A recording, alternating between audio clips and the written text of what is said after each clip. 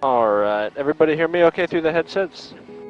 Alright, as I said, my name is Dustin. I'll be doing the flying for you today, and once more on behalf of Makunikai Helicopters, just like to say aloha and welcome on board. If you guys need to adjust the air conditioning, you will find the vents overhead as well as up front here. Set those to your liking, and as I said, don't worry here, it will get quite a bit cooler and more comfortable in the next couple minutes as it gets going.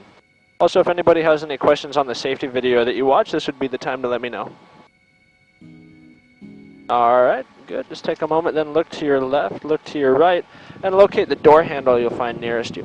I'd ask you not touch those door handles during the course of the flight, but do be aware of their location. Also know there is a fire extinguisher on my right here, but feel free to stretch your leg out in this area if you like, Winfield.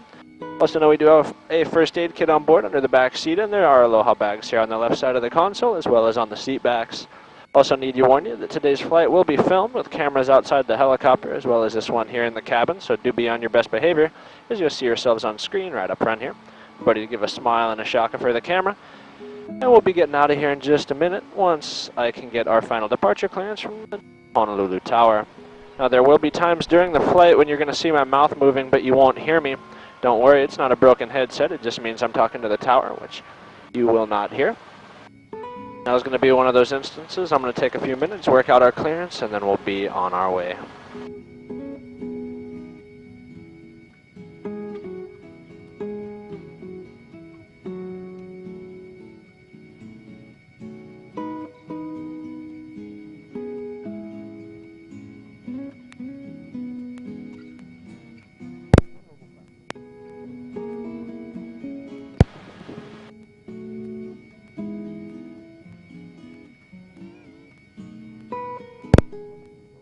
Everybody ready? Here we go.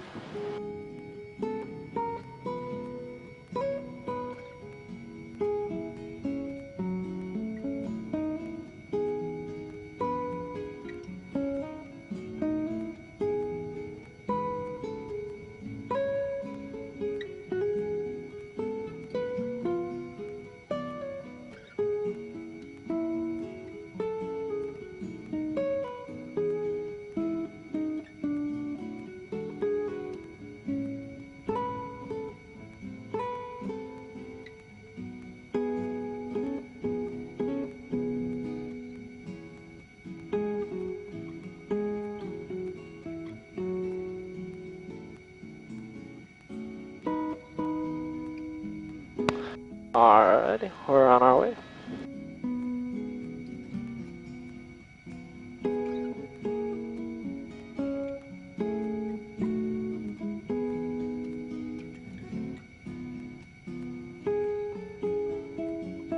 Alright, as we're lifting off here, Winfield, the area that you see down below us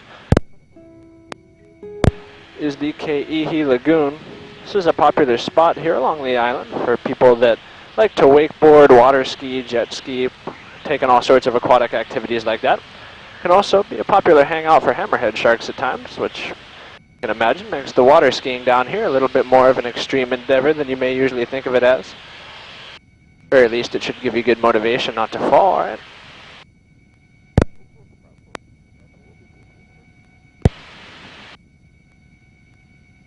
To our left here, Jill, you're looking at the Sand Island Industrial Port, which is the largest shipping port here in the Hawaiian Islands.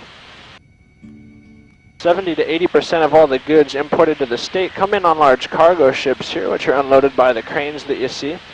Those cranes can in turn then pack smaller vessels with cargo bound for the smaller harbors of the outer island. To the left, what I assume to be the ship that you guys came from, parked next to the green rooftops in the clock tower, known as the Aloha Tower Marketplace. Nice place in the harbor to get lunch or dinner. Back behind that, the group of buildings that you see here makes up the downtown Honolulu area, and then back behind downtown Honolulu, you see there's a flat-top mountain peak to your left there, Patricia, which is known as the Punch Bowl. Punch Bowl is an extinct volcanic cinder cone that today is home to the National Cemetery and War Memorial, known as the Cemetery of the Pacific. A lot of the sailors who lost their lives during the attack on Pearl Harbor have been buried there.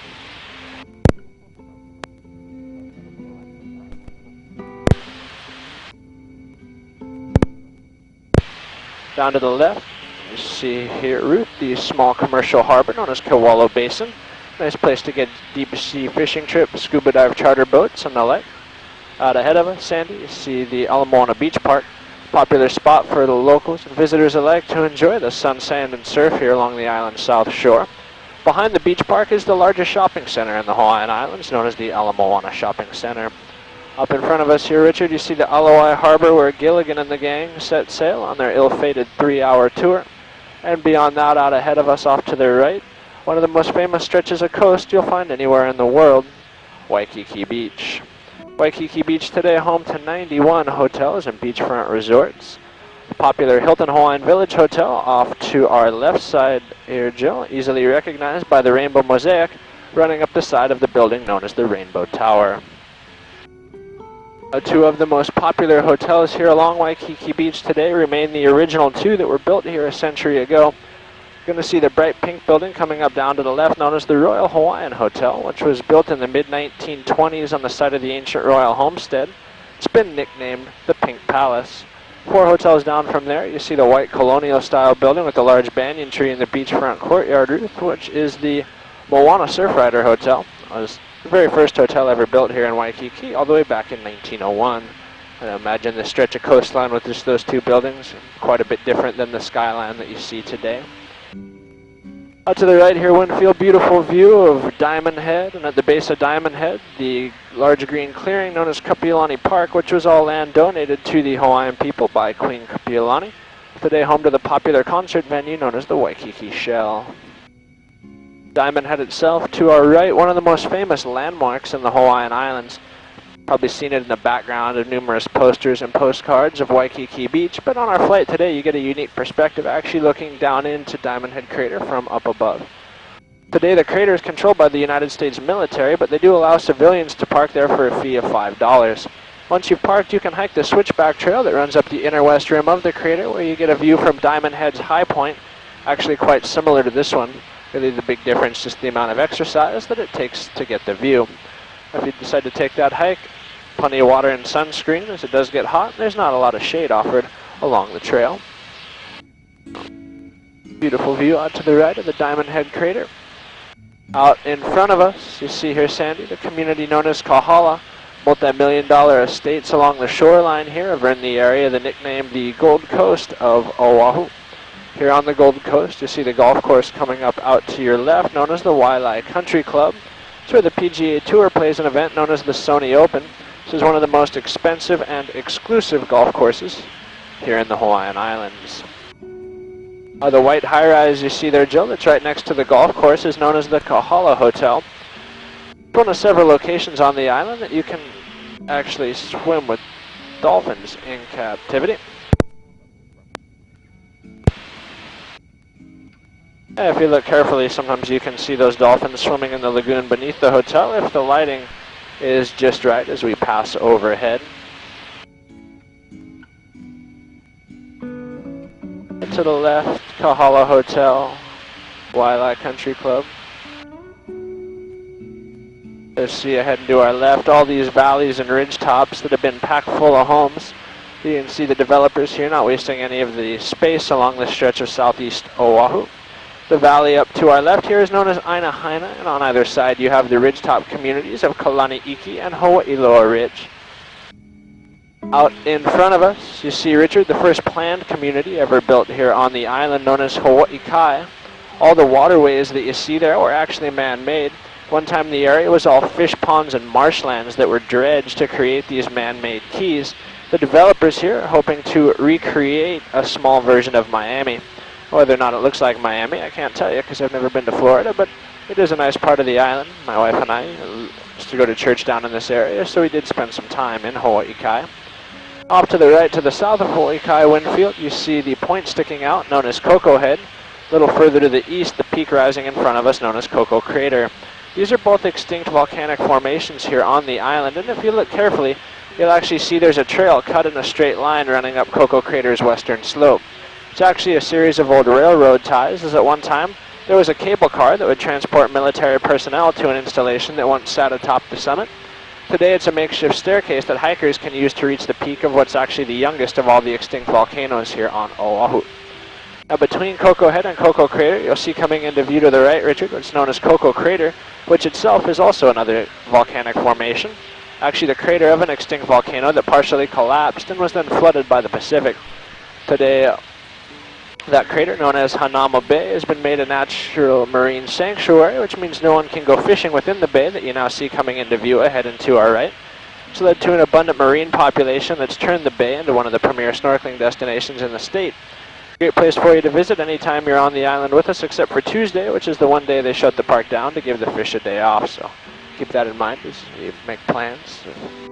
Out to the right, Coco Head, Hanama Bay, Coco Crater in front of us. Below us here, the beautiful Keys of Hawaii Kai. Also see out to our right, the nearest neighboring island to us on Oahu, which is the island of Molokai. Its western coast, about 25 miles away out to the southeast, which is at about our 2 o'clock position. Out in front of us, the southeast tip of our island, known as Makapu'u Point, on which you're going to see the beautiful red-capped Makapu'u Lighthouse, which is one of the island's recognizable landmarks. At the base of that far cliff, there's a parking area, and from there you can take a nice hike up a paved pathway that winds its way out to an overlook on the point above the lighthouse. From that overlook, you can get a beautiful view out towards Molokai to the southeast, or looking northbound along Oahu's spectacular eastern or windward coast, which you now see coming into view off to our left there, Jill, across the ridge line. You'll also see in front of us, Patricia, coming into view across the ridge, a little island which is known as Rabbit Island, because if you use a little imagination, it kind of looks like a rabbit's head, maybe. If you envision the top of the island is the top of the head coming down to the nose on the right with the ears back behind it on the left. I'll leave it up to you. See the lighthouse on Makapu'u Point now coming into view out to the right there, Richard. And as we cross the ridgeline, we might get a little bit of a bump or two here, but down along the shoreline, you'll also see a group of bright orange roof buildings and aquatic pools that make up the Hawaiian version of SeaWorld, known as Sea Life Park. It's another location on the island to swim with dolphins, and if you saw the movie 50 First Dates, this was where Adam Sandler worked with the walrus. So out to our right, the lighthouse of Makapu'u Point, Sea Life Park. Up in front of us, Rabbit Island. As we turn to our left here, Ruth, you're going to see there's a stone wall down along the coastline to our left that's kind of shaped like a backwards L, creating somewhat of a private lagoon there right along the beach. That piece of property was the master's estate from the television show Magnum P.I. The lagoon that you see there, one where Magnum used to do a lot of his swimming, a double-track dirt driveway that you see in the yard, Magnum used to pull up on in his Ferrari. The master's estate to our left, out in front of us here, Sandy, you see the longest stretch of uninterrupted beach on the island, known as the Waimanalo Bellows Beach, which stretches out for a length of around 3.5 miles.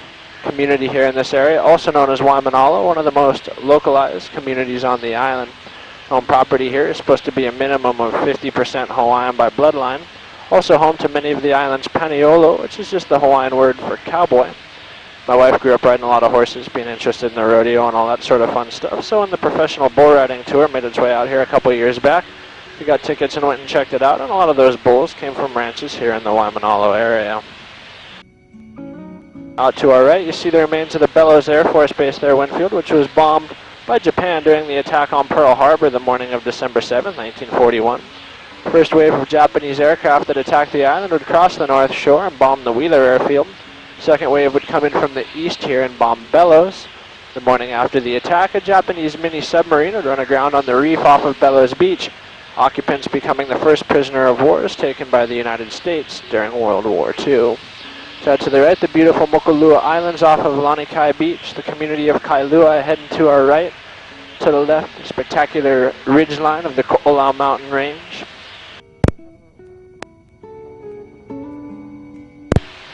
Out in front of us here, Richard, the spectacular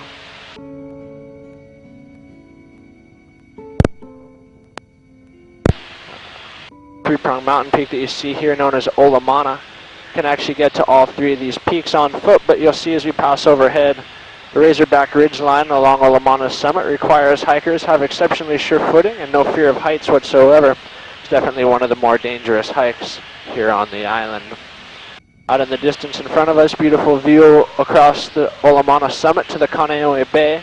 The island you see in the heart of the bay, actually Gilligan's Island, where the gang was stranded for all those years, just a half mile off the coast of Kaneohe, which is out in front of us. On the far north side of the Kaneohe Bay, one of the scenic points